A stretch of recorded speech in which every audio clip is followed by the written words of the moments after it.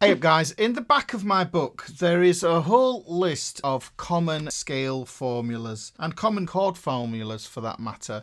Now this ties in with a lesson I did not so long ago where I show you how to understand those scale formulas. But what somebody said, Hylam Dulom says, I understand this, but how the hell will it help in improvising? I can't think, oh this scale is a whole step up, half step in an instant while improvising. Wouldn't memorizing patterns and licks be the way to go? Please help me to understand. I've been stuck with this for a long time. I've just made this video to give you an insight. Now the thing that I want to state is that for me, chords, scales and arpeggios are pretty much the same thing. When I see a chord, I see the scale that accompanies it, I see the arpeggio that accompanies it too. So what I'm going to do is I'm going to show you this from the cage system. We have an E shape, we have an A shape and we have a D shape. This also applies with the C shape and the G shape from the cage system, but this one is easier because it's going to give us some options of how to build scales around the chord shape. And this is the whole idea why this works. What we're also going to do is use those scale formulas to help us to apply them to these shapes.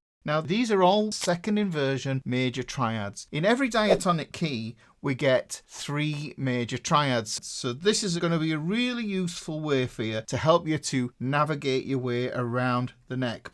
Chord 1 we get Ionian or major. That's the one I'm going to start with here. By understanding the scale formula, I can apply it to this shape by adding the intervals using caged octaves. If you haven't seen any of my videos on caged octaves, you might want to click this link up here. This is going to be the major scale, and modally we can call that Ionian. So the formula for this is the master formula for the scale: root, second, third, fourth, fifth, sixth and seventh. So if you saw that lesson that I did about these formulas and how they all relate to each other, this is the easiest way to memorize scales. Just memorize the formula, but you need to have some way to anchor that formula. So in this lesson we're going to anchor it around these shapes, these second inversion triads.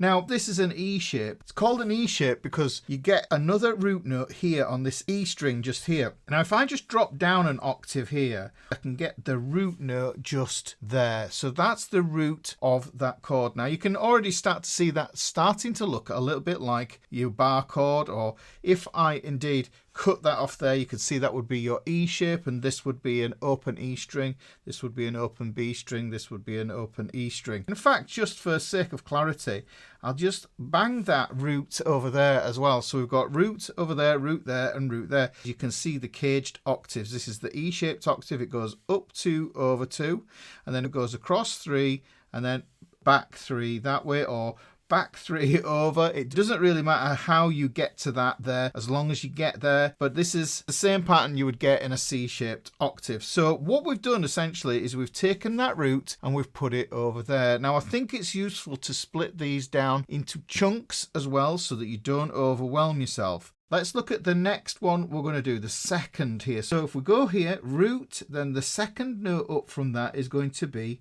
this note just here. Now we can apply these caged octaves again. That's on the E string, so we're going to get it mirrored over here. So we're going to have another one here. But this isn't an E shape. The E shaped octave jumps up the neck. The G shaped octave goes over 2 strings and back 3. So you can see that this would be how we come up with these interval spacings. Okay, this is pretty much what I did with the major and minor pentatonic autopsy lessons as well. What we're doing here though is we are applying these to the shape of the underlying chord, and like I said, this chord that we're doing here is chord 1. So because it's chord 1, we've got the second there, we've taken care of the second, we need the third. I could put the third up here. It's not always going to be the most amenable way, so what I'm going to do is place this in a convenient position, and what this does is it gives us box patterns that are very similar to our pentatonics. In fact, we can build our pentatonics and then add 2 more notes to those pentatonics to make them into our diatonic box patterns. That's a little nugget that I want you to really think about there. If I was to come up here, then what I would probably do is I would be developing 3 note per string patterns. We don't want to do that with this here. We just want to build it around this E shape so everything clusters around that chord there so that we can see everything really clearly. we can get access to all those notes without too much thinking. So the next note we're going to get then is this third. Now the third, if you think about how the G shape stacks, you can see that that's the root and that's the third. That's really useful for us. But we've also got the third inside this triad here.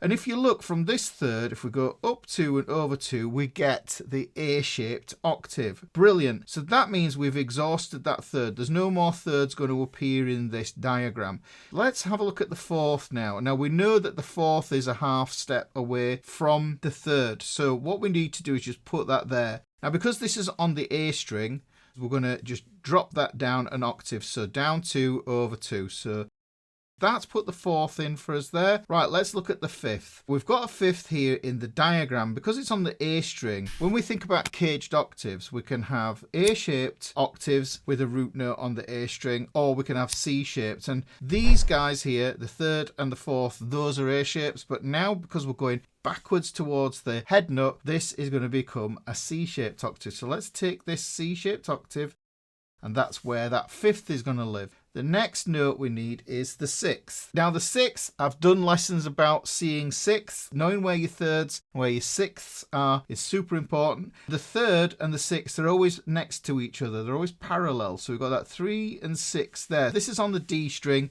So we're going to take this and we're going to find it using a D-shaped octave, which goes up 3 and over 2. So this is going to give us the sixth there. This has essentially just fleshed out that pattern for us. Now, as you can see, we've got one more left here, and this is the seventh. Now, the seventh is the leading note. It's always a half step away from the root note in the scale when we're thinking major. So that means it lives just there. Now, the thing with the seventh is we could tie this into the E-shaped octave, because if you think about it, this is on the D string, just like the root is, and we've got this over 2 strings, back 2 frets. We can do the same thing here, over 2 strings, back 2 frets, but I don't want to put the seventh in there because I really want to start on the root note of this scale. But I have this seventh missing if I go across here. So you can see I've got seventh root, second, third, fourth, fifth, sixth, and then the seventh is missing, and that's where it should be living. The cool thing that happens is, as well as getting all these, you start to see where little chord shapes live as well. So not only does this triad live in here, other triads will live in here, major and minor triads, in their inversions, and part of that 3 master triads idea that I've taught before here on the channel. This is based around this E shape. So this is just using this E shape here, and this is going to apply also using this A shape and this D shape here. Now, the reason I do these is because we want to be able to start a scale on the E string, and on this one, we're going to start the scale on the A string. So if I go from this root note here, and I think to myself, this is my little North Star to tell me where I am. So if I go over 2 strings, back 2, then I know that I've got my root note there. So that might be the starting point for my scale. But I'm going to flesh this all out, and it will pull out all the other notes that I need from this. And I'm just following this formula. I'm just applying the formula to this framework here. So this is my North Star, and now I'm orbiting the notes of the major scale around that chord there. This is essentially a major triad. So we had root, we're going to need the second. Now, I'm going to take this second and play the C-shaped octave and put that there. So that's the C-shaped octave. Okay, I need the third.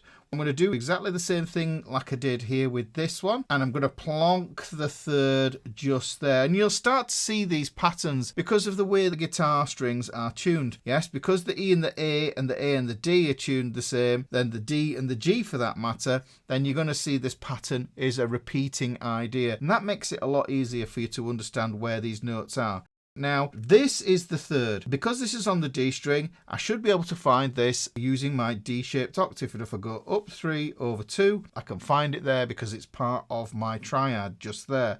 So I've got that part of my triad there, and that's all I need because the D shape has only 2 notes that repeat in there. The next note we're going to find is going to be this fourth again. So we'll plonk the fourth there. And because it's a half step up from the third, it's very easy to see where we're going to put it here. That's the fourth. It's another another D-shaped octave. That's brilliant. That's all we need to know. Now this is the fifth. It's on the D string, and we've hit that point in the scale where notes need to start going back. You'll see these notes here, they progress towards the body of the guitar, and these notes here progress towards the head of the guitar. So this fifth, I can see that's from an E-shaped octave. And if I go over 2, back 2, then I can see I get a fifth here. And because it's the E-shaped octave, and that's an E string, whatever I play on this E string is going to be mirrored on this E string as well. So the scale is starting to form there. The next note I'm going to need, we can see this sixth here is part of our formula. That's all we need to remember, and then apply it to this shape. If I think from this root here, then the sixth is next door again. Look, so we see that we've got that 3-6-2 thing happening there. 3-6, the 2 goes off because of the way that the guitar is tuned here. Just take notice of that. So we've got the 6 there. Now this is going to progress up. So this is going to be a G-shaped octave because it's on the G string. So if we take that up, 3 over 2, then we can find the 6th just there. Because that's on the E string, then that means it's going to be mirrored on this E string as well. So that takes care of that. The last note that we have is the 7th. If we remember the 7th, it lived just next to the root note. So if I put that there, what I need to do now is apply that to my shape. And then I think to myself, over 2 strings and then up 2 frets, and I could get it that way. But I could also think to myself, there's the 7th and there's the root a half step away. There's the root. So if I just put that there, then you can see I have the 7ths that I'm going to need. Now, worth noting here, guys, is that these scales do not go from root to root strictly. You could see this as going from root to root there. That's the first octave. And then it goes up another octave, but it extends by a second. If we look at this one, we're going from a root to a root. We get 1 octave, and then it goes up to the 6th. So be mindful, if you're trying to get all of the scale in the pattern, then you're going to have to extend going up the neck and adding extra bits on. And what you've got to think about is when you're using the A shape, the root notes on the A string and any notes that are over on the E string aren't going to be root notes. The thing that people get stuck with is that root notes always start on the E string. They don't. A root note can start on any string on any fret. So this is a really useful pattern to learn. Right, so the next one that we're going to look at here, and as you can see, following the logic, is that we're moving across the neck. This is a scale with its root note on the E string.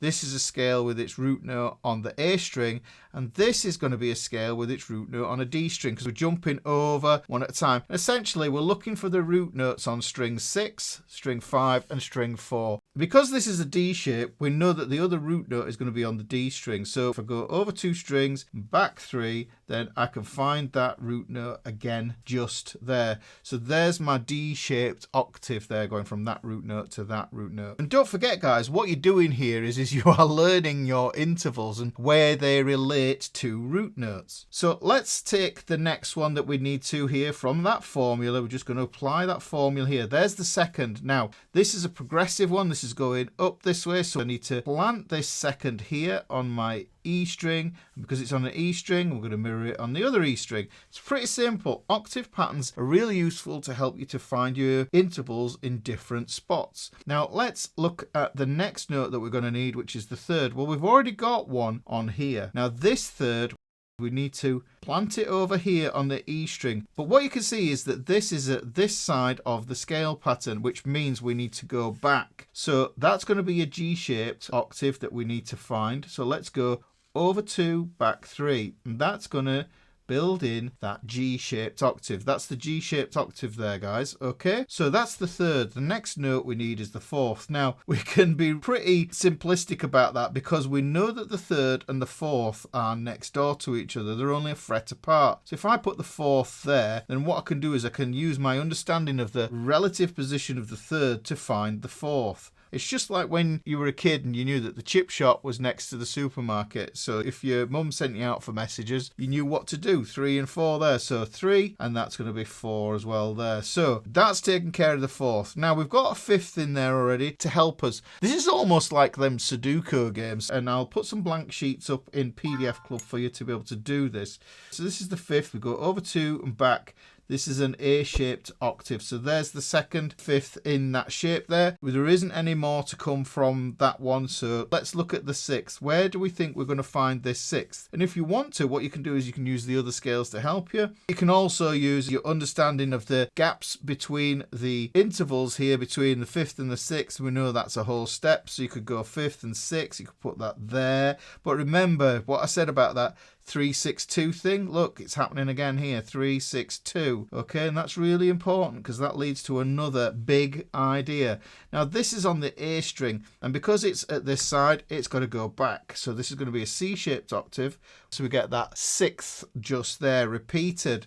The next note that we want is this seventh, and what that's going to do is going to push us up here. So we can see that we've got our root note there, and then we know that the seventh is one back from the root. Just like we knew that the third and the fourth were next to each other, the seventh and the root are always next to each other as well. I'm going to apply it down here as well, so that gives us this pattern. Now what you might notice is that some of these strings have 2 notes on them and some have 3 notes on them. So you have to figure out how to finger those notes the best way for your hands. I could do further lessons on what fingerings I use and I prefer or would recommend. If that's useful, then leave a comment below. But you can see here 2 notes, 3 notes, 3 notes, 3 notes, 3 notes, 2 notes. So this is going to happen, and this is going to disturb how your picking patterns happen. So it's worth looking into. So we've got the A shape there, and then this is the D shape. We've done that just building these major second inversion triads. And like I say, we could work this around a C shape, and we could easily work it around a G shape as well. So now we've done the chord 1, what we need to do is we need to look at chord 4.